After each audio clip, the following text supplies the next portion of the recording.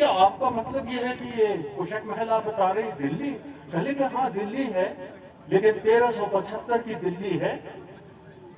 वो साफ सुथरी नदी जो हमें ऊपर से दिखाई दे रही थी वो कौन सी थी, एकदम नीले पानी वाली? अरे अरे वो तो यमुना थी। हमने कहा आज वो काले पानी वाली और साबुन का झाग जिस तरह प्रदूषित पानी, वो वही यमुना। फिर विजय हंसा, वो कहने लगा कि आप हमें यूं ही बना रहे हैं। लाल किला कहाँ है? कहने लगे लाल किला तो अभी 300 साल बाद बनेगा ना, लाल किला तो बना ही नहीं है अभी, अभी तो शाहजहां आया ही नहीं है।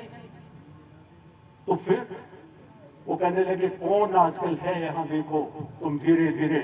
लेकिन हमें उस समय देखा हमने कि उस घने जंगल के बीच में एक ईंटों की जैसी एक मीनार खड़ी दिख रही थी। हमने कहा कि वो मीनार क्या है वहां? कहने लगे वही कुतुब मीनार है, उसकी मरम्मत हो रही है आजकल। उसका क्या हुआ कि उसमें बिजली गिर गई थी, उसके 3-4 जो है उसकी मंजिलें बनी थी और अचानक आसमानी बिजली गिरी और वो मंजिलें टूट गई। तो अभी जो है उसकी मरम्मत करा रहा है जो इस समय यहाँ सल्तनत का जो बादशाह है। कौन है बादशाह, हम बार बार पूछ रहे थे।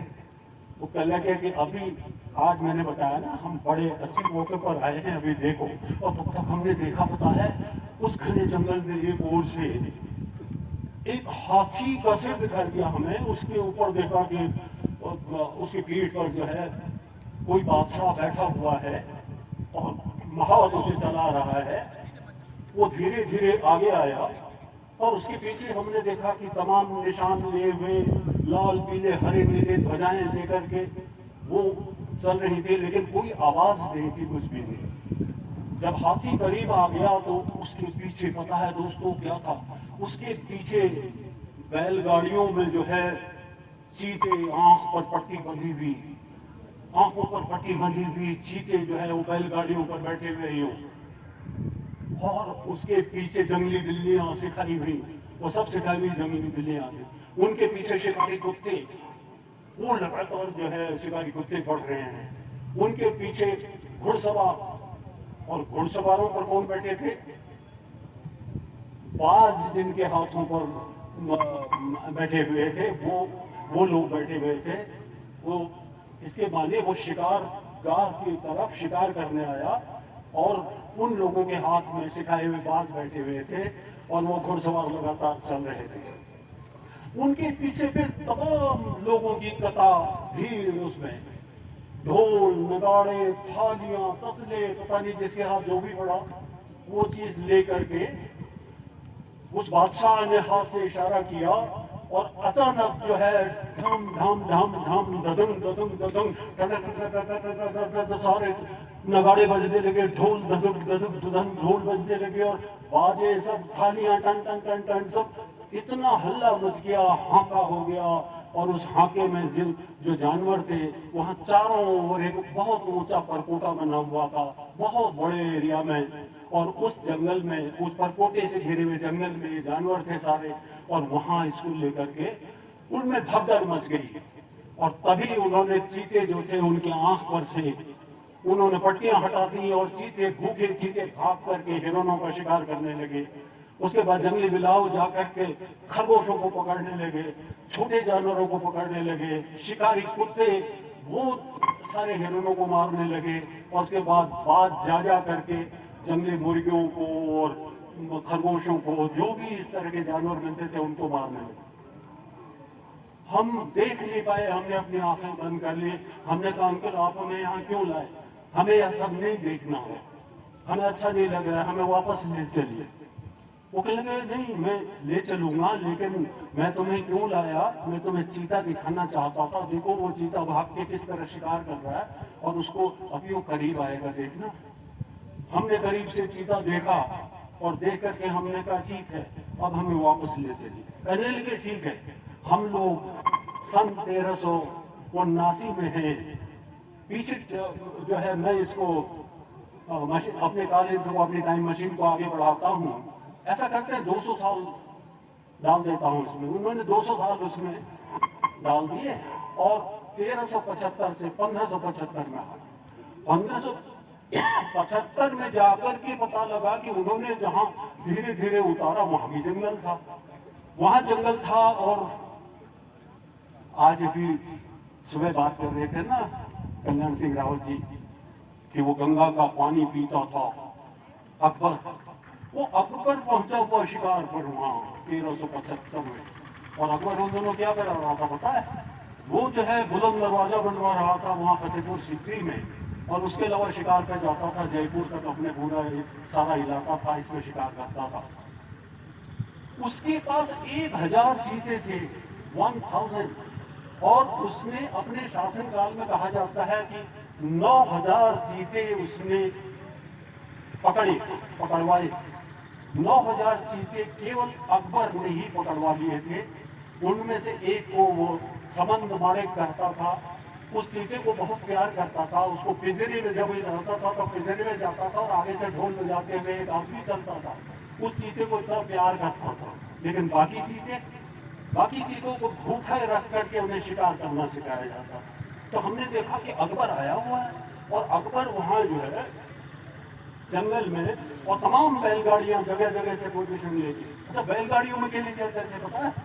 बैलगाड़ियों में केवल बैलों को और पीछे बैलगाड़ी को इतना ही नजर आता था, हिरणों के झुंड को, चीतलों के झुंड को, तो उन्हें डर नहीं लगता था, तो बहुत पास तक पहुंच जाते थे।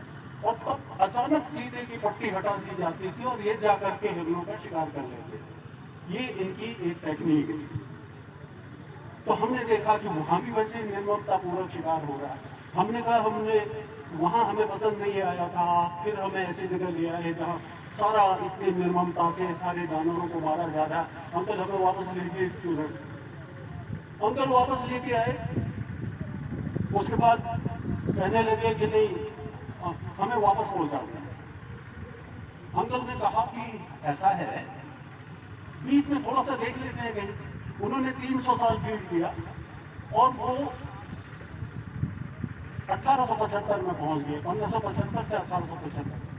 1875 में देखा कि वहां तो राजे रजवाड़े, बड़े बड़े राजपूत राजा रानियां, और उसके बाद महाराष्ट्र के भी, कोल्हापुर के राजा वो भी, और मध्य प्रदेश के राजा उस समय के, वो तमाम शिकार कर रहे हैं। और हैदराबाद का निजाम, वहां के नवाब, वो सब शिकार पे जाते थे, और शिकार एक खेल बन चुका था। जो अंग्रेज थे उनके लिए ये ट्रॉफी होती थी कि उनके सर काट के, उनमें भूसा भर के उनको सजा लेते थे। इस तरह से शिकार बहुत बड़ा एक खेल बना दिया था उन्होंने। तो उसमें हमने देखा कि एक जगह कहीं अंग्रेज गए हुए हैं और साथ में कुछ नवाब हैं, और वो किस तरह से हिरणों का शिकार कर रहे हैं। ब्लैक बक का कर रहे थे, काला हिरण जो होता है उसका शिकार कर रहे थे। हमने आंखें बंद कर ली और हमने कहा नहीं, अब हम एकदम वापस ले चलिए। और अंकल हमें वापस लेके चले और लौट करके वो चिड़ियाघर के पास आए। दिल्ली के चिड़ियाघर के बाहर जहाँ पर से हम बैठे थे, टाइम मशीन में वहीं पर ले आए, और वहां पर उन्होंने कहा कैसा लगा चिड़ियाघर? नहीं, चिड़ियाघर के बाहर बैठे वो कैसा लगा प्रकृति का चिड़ियाघर, प्रकृति में जो जानवर थे। हमने कहा प्रकृति का तो प्रकृति में तो सारे वन्य जीव बहुत खुशी से घूम रहे थे सब, लेकिन जिस निर्ममता से उनका शिकार किया जा रहा है, जिस निर्ममता से उनको मारा जा रहा है, वो बिल्कुल पसंद नहीं आया हमें। कहने लगे अच्छा, मैं तो दोस्तों केवल इसलिए ले गया था कि तुम्हें चीता दिखा सकूं, उसके साथ ही तुमने बीच में देखा होगा सारा किस तरह जंगल कट रहे थे, किस तरह धीरे धीरे शहर बढ़ने लगे थे, गांवों से कस्बे, कस्बे से शहर बनने की प्रक्रिया शुरू हो गई थी, और धीरे धीरे सीमेंट कंक्रीट की इमारतें बनने लगी थी। तो मैं तुम्हें ये दिखाना चाहता था। तुमने चीता भी देख लिया, जंगलों को कटते हुए देख लिया, और तमाम किस तरह से जमीन पर कब्जा करता हुआ आदमी कैसे पूरे पर्यावरण को बर्बाद कर रहा है वो भी देख लिया। तो मैं तो यही दिखाना चाह रहा था।